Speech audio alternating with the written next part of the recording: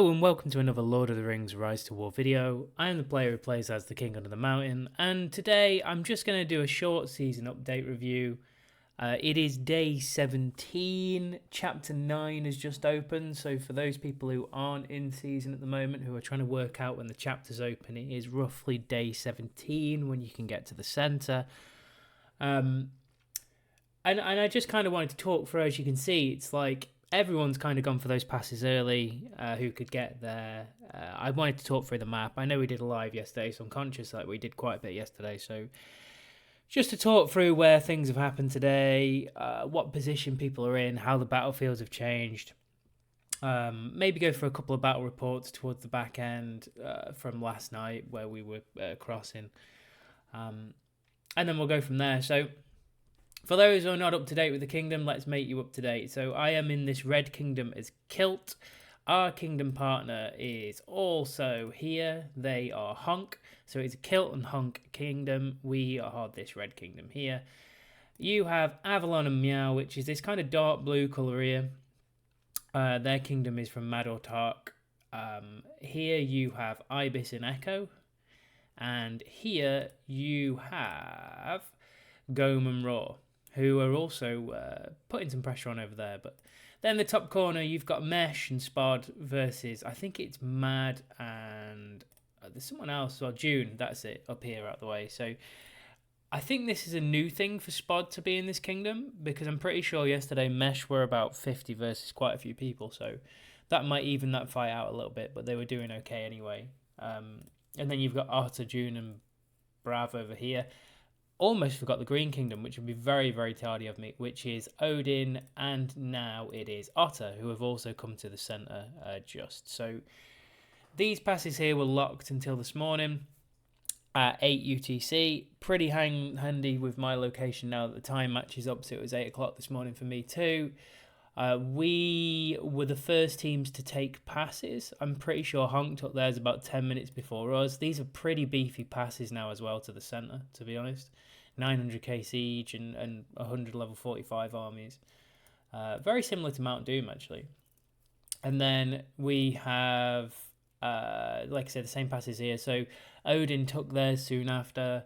Ibis have literally just took theirs. And we'll kind of go into the map and sort of speak through where we're at, because I think we're about to be pushed back. So, and Otter have very recently took theirs. So this pass here, it's kind of a battle of passes at the moment, really. This one was halfway down this morning, where Ibis and Echo had a go at trying to take this back, presumably as a sort of defensive position.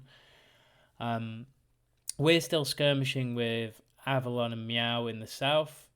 Peen are also involved in this conversation now, somewhere down here. I don't think they've quite made a pin yet, but they've come through here and are going to fight around here.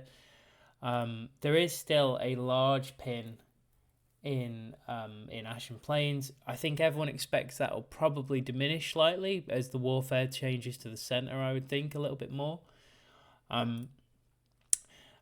And this pin here, we would probably anticipate that this pin's likely to get smaller, and the fight is probably going to go more central between Honk and Odin. I know that's been a good fight also.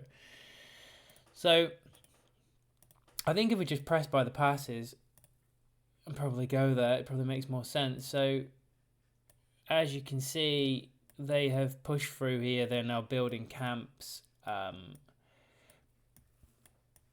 right the way back, I think, is probably the key. I think there was some people here earlier on. So there was some Honk here earlier on, but there's not now.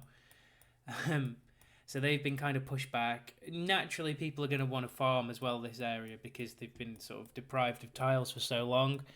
So they are pushing through there. We'll have a look where Otter are, because I haven't actually looked at that yet, to be honest. So let's have a look at Otter's pass. Otter are here. They took theirs, and they are pushing through as well. I would suspect Otter's pass was a little bit more. I wouldn't think this pass was defended at all, to be perfectly honest. I think they can pretty much do what they want there, because it's quite high up from where our kingdom was.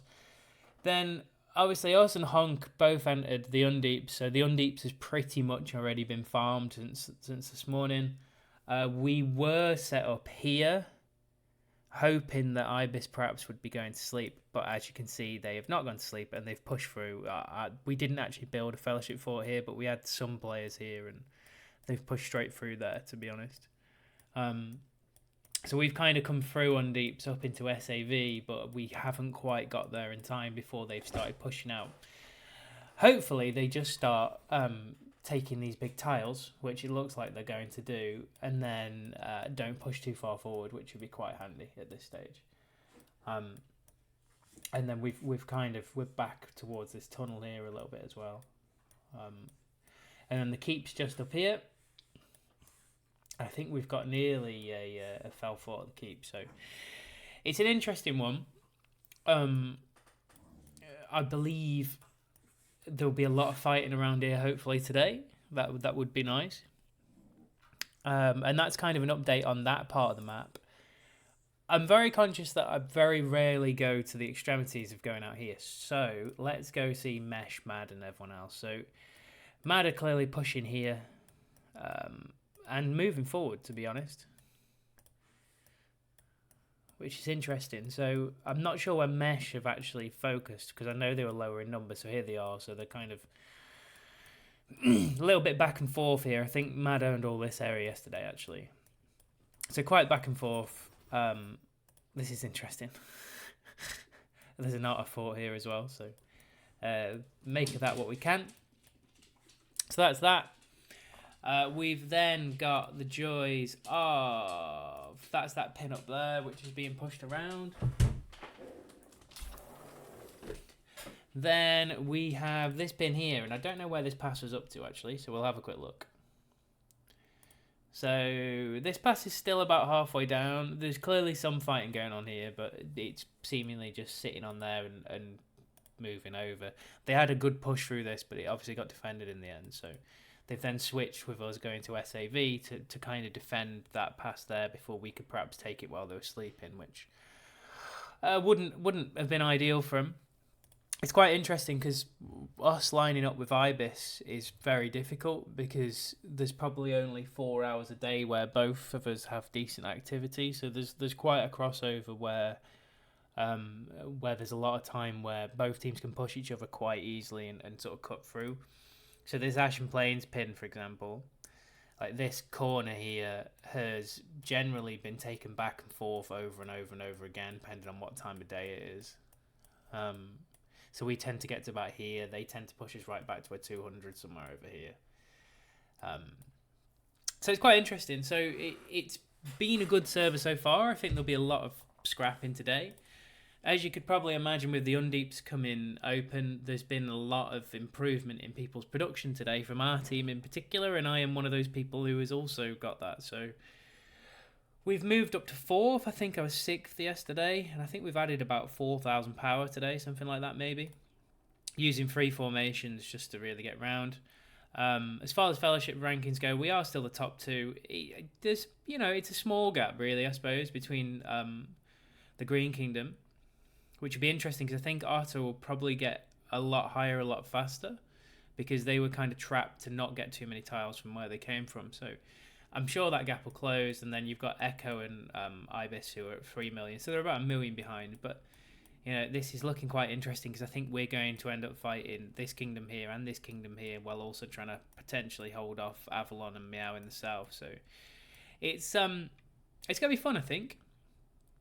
Commander levels wise, level 46 is about where it's at. I'm at 44. I am a little bit behind, particularly for my standards with PvP. I didn't check the merit board, did I? The merit board, Raven's still top. I added 100k on yesterday. I was in the top 10 until this morning, so nearly there. We're getting there slowly but surely, and we should see a lot more fighting in the next couple of days. As for Barrack's situation, considering I did quite a lot of fighting yesterday, particularly against Avalon and Meow. I had a really fun day yesterday fighting Avalon and Meow. I'll show some battle reports in a minute. We are pretty much full. We have some trolls. We've got lots of rams. Not many guardians, to be honest, because we've had time to build mediums, which we didn't really think we'd get the chance to do. We've got some Shires, and we've got some Shires building as well, so quite interesting. I'm looking forward to. I do think Trolls are a really tanky unit, so looking forward to helping that. Been using them a lot in the battle so far. I am a bit short on resources currently because I've obviously been using them to make those things. So, and I've used a lot of troops today because I've been using 3 formations. I really wanted to check battle reports, but I have a horrible feeling that if I press this button here, I'm going to have to edit something. So, we probably won't check battle reports right about now. Where can I tell you what I can do. I can go and find the area myself, he says. So, we'll come down here. I'm pretty sure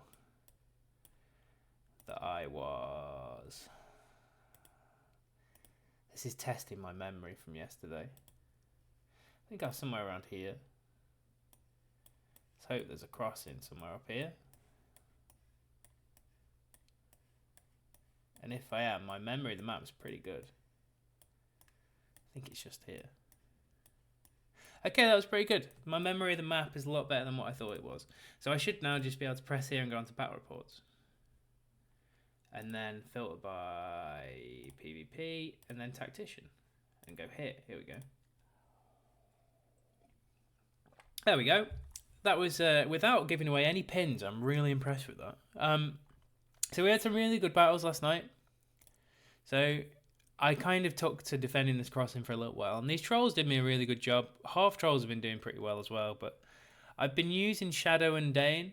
And I do think Shadow complements Dane really nicely by clearing out the white council and things from people. I am using him still as that kind of focus style Shadow.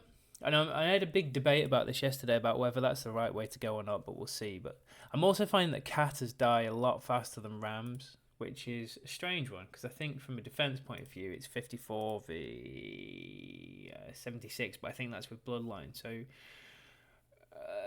and that, I suppose, I'd have to look at base unit value. I can look at that in the barracks afterwards, but I do find that the Katas die a lot faster.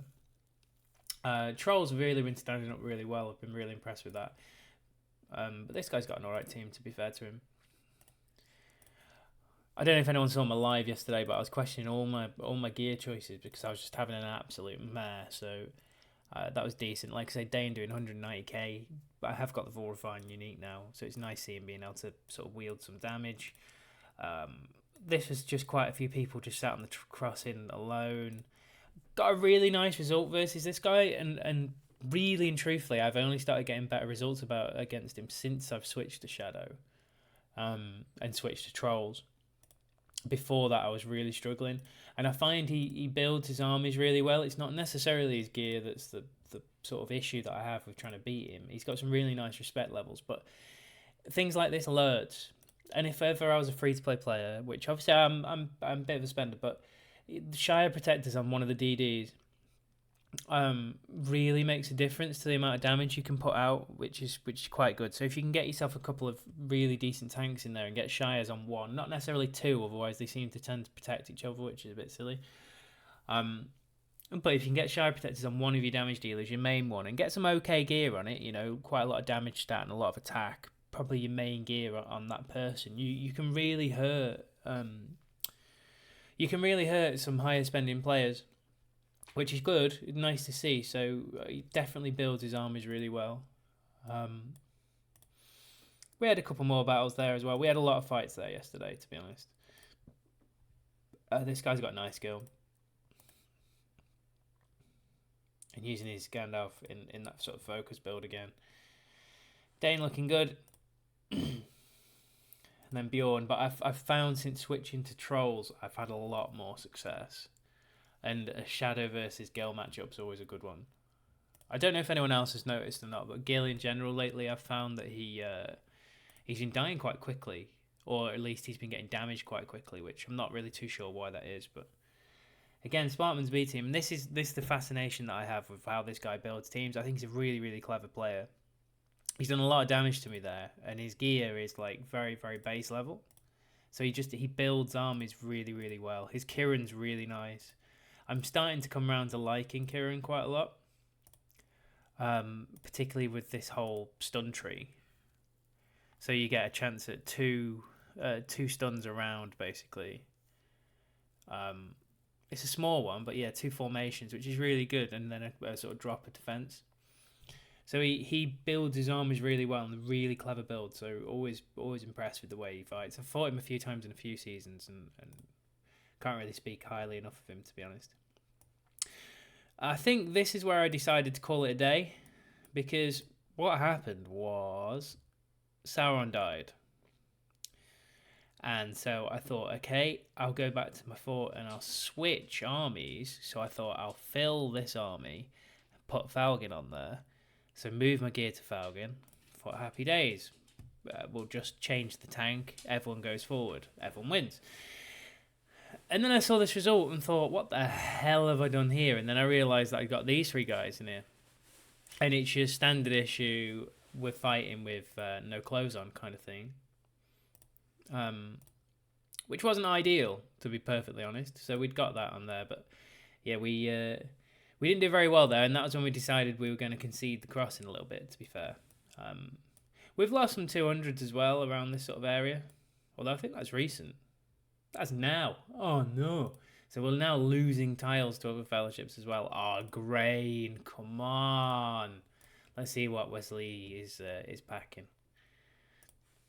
Let's go for here. I mean, he only nearly got that wrong. Has he tried that a couple of times? I think he's tried it a couple of times. Let's see what he's got in here.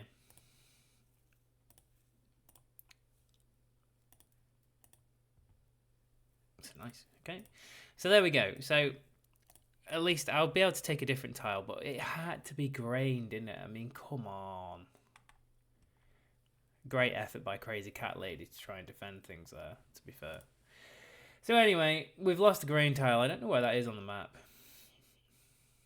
It's not like I'm going, Belfast. I'm never getting back there in a month of Sundays. So that tile will be forever given away, I would think. We'll have to come all the way back up here and probably replace...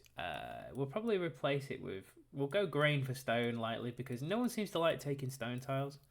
So... As you can see, I do, apparently. We'll probably just search one and just go for it. Or apparently wood. We'll go for wood. Let's go. There we go. No harm, no foul. Grain for wood it is. And our grain's generally quite low. I'm not too bothered about the type of tiles that I take so much because I'll just use the market and convert them. But as you can see, there's always stone 200s left till last. The grain ones always go first. It's just standard of what happens. Then you pick up the stone and away you go. Nice ruins there too, actually. I'll pin that because I'll probably need that at some stage. So that's kind of the way that this is working. I'm hoping over the next couple of days I'll be able to do a few lives about around the battles as well, because I think that'd be quite nice. But Chapter 9 is now unlocked, so they're just going on ranking of kingdoms. I think we're top at the moment. Yeah, we are. So we are top at the minute. Odin is second, and the Irish Kingdom are third. So that'd be interesting. I think this lifts the Gale area when it's done, which is quite interesting. So it's a 7-day timer for this chapter, and then you get the cool chest, which is this one, which I would recommend anyone use. And if you do use it, I'm very bad at this actually. Use the top-up link just to put that plug out there. That will be in the description. So yeah, another 7 days of this, then that good chest, and then we're sort of going into this into 10 and 11 and 12. And it's been strange this season with the game purposely slowing stuff down. I'm not really too sure how I feel about that, but it is kind of what it is, really. So we'll just have to see. My Sauron's at my fort, and I could do with probably switching the units, if I'm being honest. Where are they? So I've been, for PvE, I've been very much using Cats and 3 lines of Guardians, whereas now I'm probably just going to try and use those like that. And there we go. Now I'm hoping, in theory, the Guardian should just go straight into the fort, which they have done. That's good news. However, it means I can now show you that then you can just take the barracks out. Do that and recall. And then we're going to put in some more catters and some more trolls and things. So we're just going to then go press this. We're going to go transport.